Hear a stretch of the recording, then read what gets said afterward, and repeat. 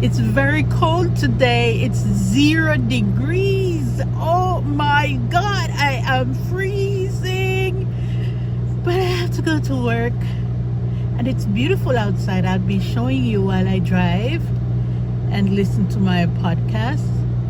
It is a beautiful day. I always say this is a day that the Lord has made. Let us rejoice and be glad in it. Even though it's so very cold and I can't relax in bed, I have to go to work. It's still a beautiful day.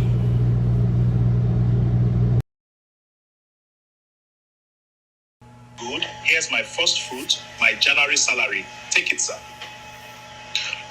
Brother, first of all, what do you understand by first fruit biblically?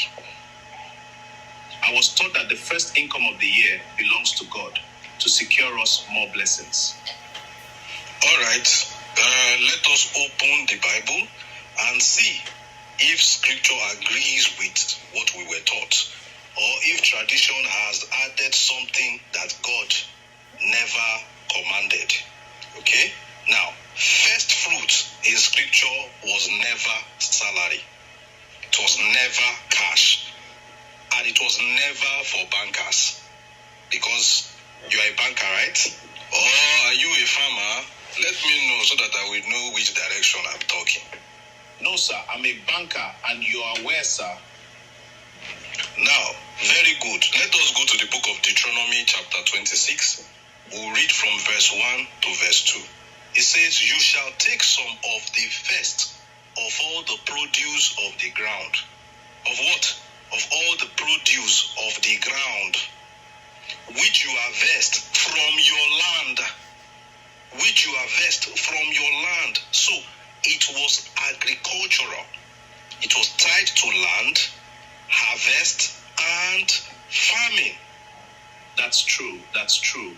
So it wasn't money? No, it was never tied to money. In the book of Nehemiah, chapter 10, verse 37, it says, "The first fruits of our dough, our offerings, the fruit of every tree, the wine, and the oil." You can see again, it is farm produce, not wages. Alright? Now, the question now is, who was commanded to bring first fruits? Only Israel. It was only Israel under the Mosaic law. Not the church. The church was not commanded to bring first fruit. It was only Israel under the Mosaic law. Now look at Exodus chapter 23 verse 19. It says, "The first of the first fruits of your land you shall bring to the house of the Lord." You are a banker.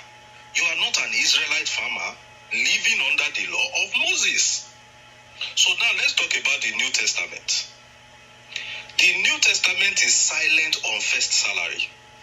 Search the New Testament carefully. No apostle ever collected first fruits from salaries. Instead, giving his thoughts like this. 2 Corinthians chapter 9 verse 7. It says, "Each one should give as he has decided in his own heart, not reluctantly or under compulsion, no be by force to give."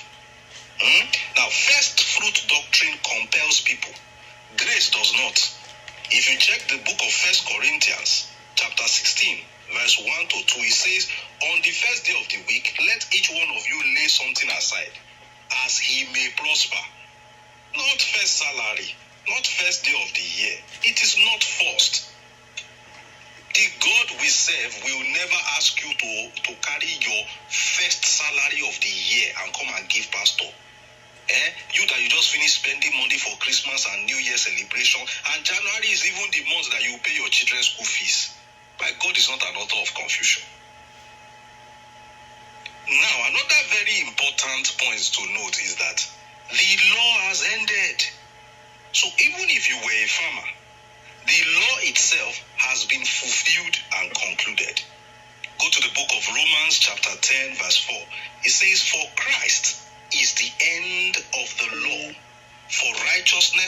everyone who believes. Galatians chapter 3, verse 24 to 25 says, the law was our tutor to bring us to Christ. But after faith has come, we are no longer under a tutor.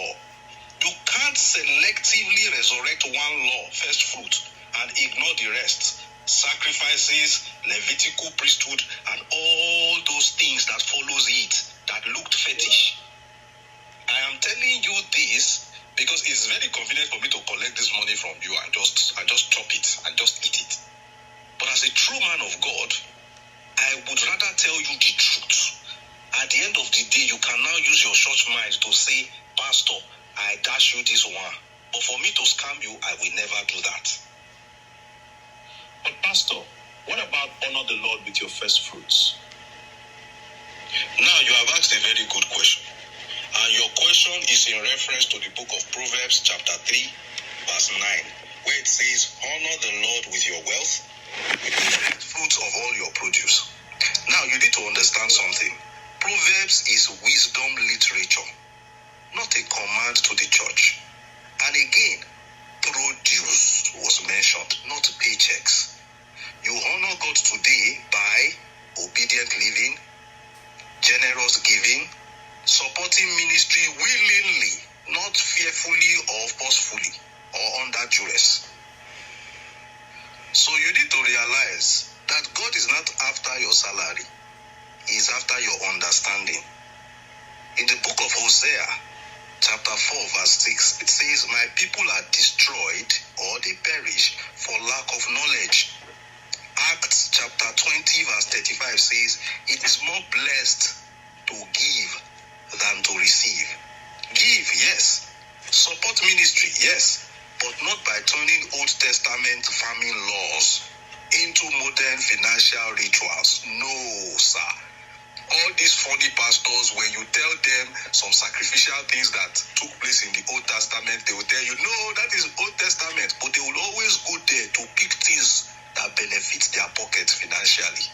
They will hold on to that one and throw away the rest. So, Pastor, what should I do with this money? What you will do with the money, if you want to give freely. You can come and meet me and say, Pastor Victor Isibo, how are you doing, guy? What's up? This your coat, it be like say you don't owe though. Take this small thing, may you take hold your side. I will collect it, but not under the guise of first fruit.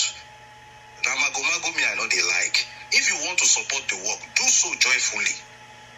But never believe God will curse your year because you did not surrender a salary he never asked for. Wow, thank you so much. Many pastors have been scamming members with this first fruit thing.